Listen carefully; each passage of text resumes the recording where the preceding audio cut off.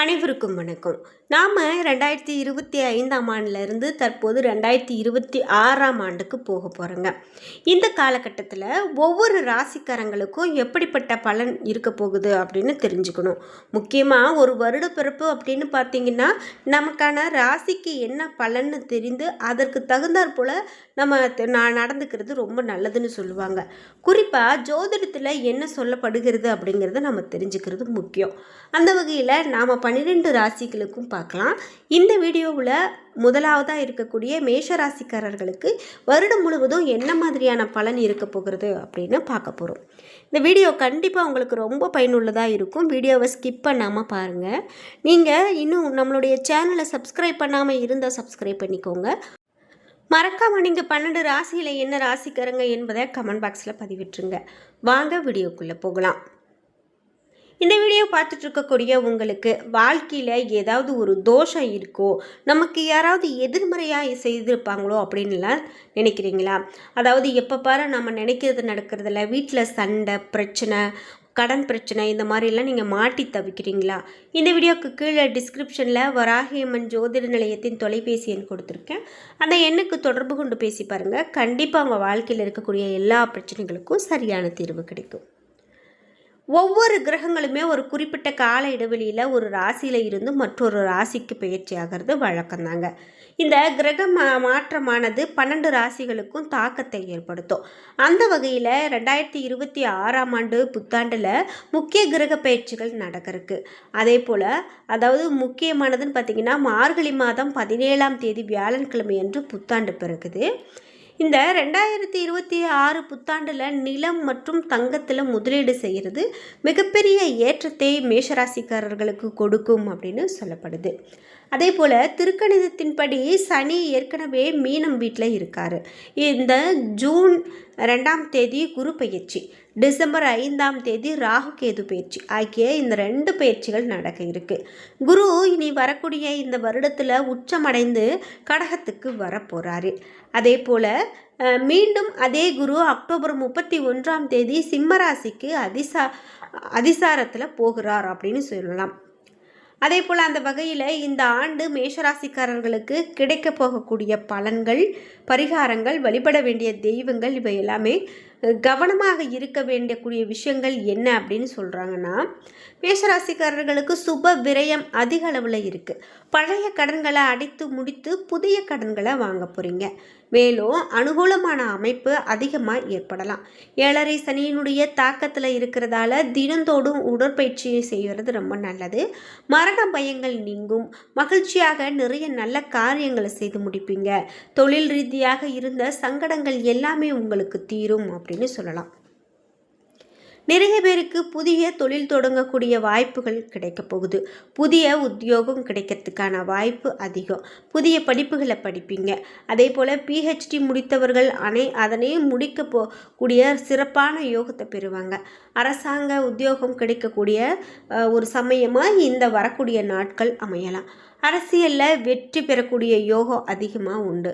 அரசாங்க காரியங்களில் உங்களுக்கு ஜெயம் ஏற்படும். அரசு அதிகாரிகளாக பொறுப்பெடுக்கக்கூடிய யோகமும் சிறப்பாக இருக்கும். பணவரவு உங்களுக்கு எப்படி இருக்கும் அப்படின்னு பார்த்தீங்கன்னா, தொழில், உத்தியோகம், வியாபாரம், படிப்பு சம்பந்தப்பட்ட நீண்ட நாள் கவலை உங்களுக்கு நீங்க போகுது. மனதில் நிம்மதி ஏற்படும். நிரந்தர பண வரவு உண்டாகும். வியாபாரத்தில் தைரியமாக இறங்குவீங்க. பல தொழில் அமைப்பு ஏற்படும். ஆன்மீகத்தில் அனுகூலம் கண்டிப்பாக உங்களுக்கு கூடும். ஆன்மீகத்தில் பெரிய பெயர் எடுக்க போகிறீங்க. புகழ் பெற்று வாழக்கூடிய காலகட்டமாகவும், கடல் கடந்து தொழில் செய்யக்கூடிய யோகம் உண்டாகக்கூடியதாகவும் இருக்க போகுது. கடல் கடந்து வீடு வாங்கக்கூடிய யோகம் கண்டிப்பாக இருக்கும். நிலம் வாங்கக்கூடிய யோகம், கடல் கடந்த மக்களோடு சேர்ந்து தொழில் அடுத்தடுத்து ஆரம்பிக்கக்கூடியது, இவை எல்லாமே உங்களுக்கு அனுகூலமாக இருக்க போகுது. நீங்கள் அனுமனுடைய வழிபாடு செய்கிறது ஏற்றத்தை கொடுக்கலாம். அனுமன் சாலிசா கேட்பது, அதே போல் அனுமனுடைய சாலிசா சொல்வது, நரசிம்ம காயத்ரி சொல்வது, உக்கிர தெய்வ வழிபாடு, வராகி காயத்ரி சொல்வது, இவை எல்லாமே உங்களுக்கு மிக பெரும் நன்மையை ஏற்படுத்தக்கூடியது அப்படின்னு சொல்லலாம். அதே போல் ஆரோக்கியத்தை பொறுத்த வரைக்கும் அடிவயிறு, கால், பாதம் சம்பந்தப்பட்ட பிரச்சனைகள் உங்களுக்கு நீங்கும் அப்படின்னு சொல்லப்படுது. எந்த விதமான பாதிப்புகள் இருந்தாலும் அதிகமான கவனம் எடுத்துக்கிறது இப்போ நல்லது. மற்றபடி அனைத்து விஷயங்களிலும் ஏற்றம் காணக்கூடியதாகவும், தாய் வழி உறவு, தந்தை வழி உறவு விஷயங்களில் ஏற்றம் ஏற்படும். தேவையில்லாமல் ஏதாவது சொன்னாலும் அதனை காதில் போட்டுக்கொள்ளாமல் இருக்கிறது நல்லது. வாக்குவாதத்தை தவிர்க்கிறது நல்லது. மேலும் சோம்பல் அதிகமாக இருக்கலாம். செல்போன் பயன்பாட்டை குறைத்து கொள்வது நல்லது. இரவில் நீங்கள் நிம்மதியாக தூங்குவது உங்களுக்கு நல்ல பலன் கொடுக்கும். தூக்கமின்மை இருந்தால் உரிய மருத்துவ ஆலோசனைகளை பெற்றுக்கொள்வது மிக பெரும் நன்மையை கொடுக்கும். எடுத்த காரியங்களில் வெற்றி நிச்சயமாக உண்டு. சுபகாரியத்தில் இருந்து வந்த சிக்கல்கள் எல்லாமே தீரப்போகுது. பிள்ளைகளுடைய விஷயத்தில் இருந்து வந்த மன வருத்தங்கள் எல்லாமே படிப்படியாக குறையும். பிள்ளைகளுக்கும் உங்களுக்கும் நெருக்கம் அதிகரிக்கும். குடும்பத்தினருடன் தொலைதூர பயணங்கள் மேற்கொள்ளக்கூடிய யோகம் உண்டாகும். பெரிய படிப்புகள், விருதுகள் இவையெல்லாம் கிடைக்கிறதுக்கான யோகம் உங்களுக்கு அதிகமாக உண்டு அப்படின்னே சொல்லலாம். மேலும் வரக்கூடிய இந்த புத்தாண்டில் மேஷராசிக்காரர்களுக்கு என்னென்ன மாதிரியான பலன்கள்லாம் இருக்குது அப்படின்னு பார்க்கும்போது, இன்றைக்கி வரக்கூடிய காலகட்டத்தில் நீங்கள் இதுவரைக்கும் சிரமமாக நினைத்து செய்யவே முடியாது அப்படின்னு நினைத்த காரியம் கூட உங்களுக்கு மிக பெரும் நன்மையை கொடுக்கக்கூடியதாகவே அமையும் அப்படின்னு சொல்லலாம். அதே போல் இதுவரைக்கும் உங்களுக்கு இருந்த நண்பர்களை காட்டிலும் இனிமேல் நண்பர்களுடைய வட்டாரம் அதிகமாகலாம் அப்படின்னு சொல்லப்படுது. உங்கள் வீட்டில் பெரியவங்களுடைய ஆலோசனை கிடைக்குது அப்படின்னா அந்த ஆலோசனைப்படி நடந்து கொள்வது ரொம்பவே நல்லது. தேவையில்லாமல் மன உளைச்சலுக்கு ஆளாகிற மாதிரி மற்றவங்கள நீங்கள் பேசாமல் இருக்கணும். உங்கள் வார்த்தையில் அதிகமான கவனம் செலுத்துறது ரொம்ப நல்லது. இது மட்டும் இல்லாமல் மேஷராசிக்காரர்களுக்கு மேலும் என்னென்ன மாதிரியான பலன்கள்லாம் சொல்லப்படுது அப்படின்னு பார்க்கும்போது, நீங்கள் தூர பயணம் போகிறீங்க அப்படின்னா அதில் ரொம்ப கவனமாக போகிறது சிறப்பு அப்படின்னு சொல்லப்படுது. அந்த பயணத்தின் போது உங்களுக்கு நல்ல ஒரு பலன் இருக்கா இல்லையா, நாம் இந்த இது போகலாமா வேண்டாமா இதெல்லாம் யோசித்து போகிறது நல்லது. ஏன்னா கண்டிப்பாக அது உங்களுக்கு நிறைய பலனை கொடுக்கக்கூடியதாகவும் ஒரு சில நேரங்களில் வீண் அலைச்சலை கொடுக்கக்கூடியதாகவும் அமையலாம். அதனால தான் உங்களுக்கு இந்த மாதிரி கவனித்து போகிறது நல்லது அப்படின்னு சொல்கிறாங்க. சரி, இது மட்டும் இல்லாமல் மேலும் என்னென்ன மாதிரியான பலன்கள்லாம் சொல்லப்படுது அப்படிங்கிறத பார்க்கும்போது, வரக்கூடிய காலகட்டத்தில் ஆரோக்கியத்தில் பெரிதாக உங்களுக்கு பிரச்சனைகள் இருக்காது. சின்ன சின்ன பிரச்சனைகள் காட்டலாம். ஆனால் அந்த பிரச்சனையை காட்டும் போதே நீங்கள் உடனடியாக மருத்துவரை போய் பார்க்கறது உங்களுக்கு இந்த நேரத்துக்கு ரொம்ப சிறப்பு அப்படின்னு சொல்கிறாங்க. மேலும் மேஷராசிக்காரர்கள் அமைதியாக இருப்பது இப்போ முக்கியமாக இருக்குது. வாழ்க்கையில் முக்கியமான நபர்களோடு நேரம் செலவிடுவதற்கான அற்புதமான வாய்ப்புகள் இனி வரக்கூடிய காலகட்டத்தில் கிடைக்க போகுது. உங்களை பாதுகாப்பாகவும் மதிப்புடனும் உணர செய்கிறவங்க உங்களுடைய அருகிலேயே இருக்கும்போது அவர்களோடு உண்மையான உரையாடல்களில் ஈடுபடுறது நல்லது.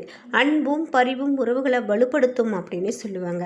மேஷராசிக்காரர்கள் காதலில் உங்களுடைய உணர்வுகளை பகிர்ந்து கொள்ள நேரம் வந்துருச்சு. உறவில் இருக்கிறவங்க ஒருவருக்கு ஒருவர் இடமளித்து உண்மையான உரையாடலில் ஈடுபடுறது சிறப்பு. தனியாக இருக்கிறவங்க தங்களை நன்கு புரிந்து கொள்ள வேண்டிய ஒருவரை சந்திக்க ஒரு வாய்ப்பு உண்டு.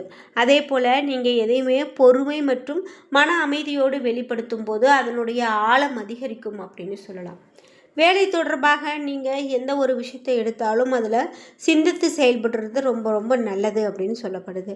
அந்த வேலையின் காரணமாக வரக்கூடிய காலகட்டம் உங்களுக்கு ரொம்ப அதிர்ஷ்டமானதாக இருக்கும். உடல் நலம் பாதிப்பை காட்டக்கூடிய நேரமாக இருக்கலாம். அதே போல் சின்ன சின்ன பிரச்சனைகள் உங்களுக்கு ஏற்படலாம். அதிகமான தண்ணீர் குடிப்பது, மனதை சாந்தப்படுத்த செயல்களில் ஈடுபடுறது இவையெல்லாம் நல்லது. உடலுக்கும் மனதுக்கும் நல்ல மாற்றத்தை கொடுக்கும்.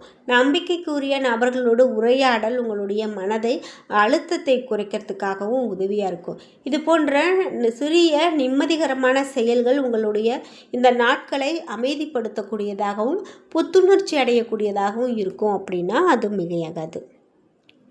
என்ன நண்பர்களே, இன்றைக்கி வீடியோவில் மேஷராசிக்காரர்களுக்கு இந்த வரக்கூடிய 2026ஆம் ஆண்டு எப்படிப்பட்ட வருடமாக இருக்க போகுது, என்னென்னலாம் பார்க்க போகிறாங்க, எதுலெல்லாம் எச்சரிக்கையாக இருக்கணும் அப்படிங்கிற நிறைய தகவல்களை தெரிஞ்சுக்கிட்டோம். இந்த வீடியோ கண்டிப்பாக உங்களுக்கு பயனுள்ளதாகவும் பிடித்ததாகவும் இருந்திருக்கும். வீடியோ உங்களுக்கு பிடிச்சிருந்தால் லைக் பண்ணுங்கள், ஷேர் பண்ணுங்கள், கமெண்ட் பண்ணுங்கள். நீங்கள் இன்னும் நம்மளுடைய சேனலை சப்ஸ்கிரைப் பண்ணாமல் இருந்தால் சப்ஸ்கிரைப் பண்ணிக்கோங்க. கூடவே இருக்க பெல் ஐக்கானை மறக்காமல் கிளிக் பண்ணிடுங்க. அப்போ தான் நாங்கள் போடுற இது போன்ற பயனுள்ள வீடியோக்கள் உடனுக்குடன் உங்களுக்கு நோட்டிஃபிகேஷனாக வந்து சேரும். நன்றி வீவர்ஸ்.